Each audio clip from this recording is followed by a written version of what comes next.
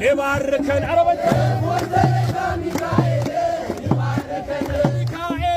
ሊባርከን